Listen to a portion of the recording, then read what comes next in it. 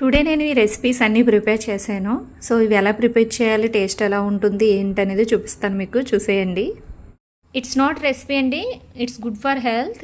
మనం కాచి చల్లార్చిన పాలలో చియా సీడ్స్, ఎనీ నట్స్ అనమాట. నేను క్యాషూ నట్స్ యాడ్ చేశాను. ఇది ఓవర్ నైట్ ఫ్రిడ్జ్లో ఉంచుకొని మార్నింగ్ తింటే హెల్త్కి చాలా మంచిది అండ్ ఆకలి కూడా వేయదు.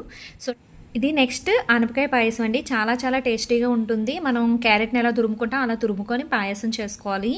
మీరు చెప్తే నమ్మరు, చాలా చాలా టేస్టీగా ఉంటుందండి. చూడండి, మీరు చెప్తే కానీ ఇది ఆనపకాయ అని కూడా ఎవరికీ తెలీదు, అంత టేస్టీగా ఉంటుంది. టేస్ట్ చూద్దాం ఎలా ఉందో.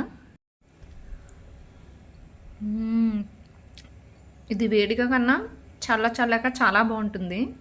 అందరికీ తెలిసినవే వేడి వేడి బొబ్బరి గారెలు.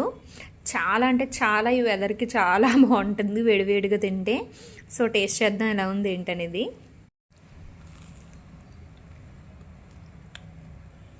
టూ గుడ్, చాలా చాలా బాగుంది. రెసిపీలో మీకు ఏ రెసిపీ నచ్చింది నా కామెంట్ సెక్షన్లో కామెంట్ చేయండి. నా ఛానల్ ఫస్ట్ టైం చూస్తే సబ్స్క్రైబ్ చేయండి. Thank you for watching.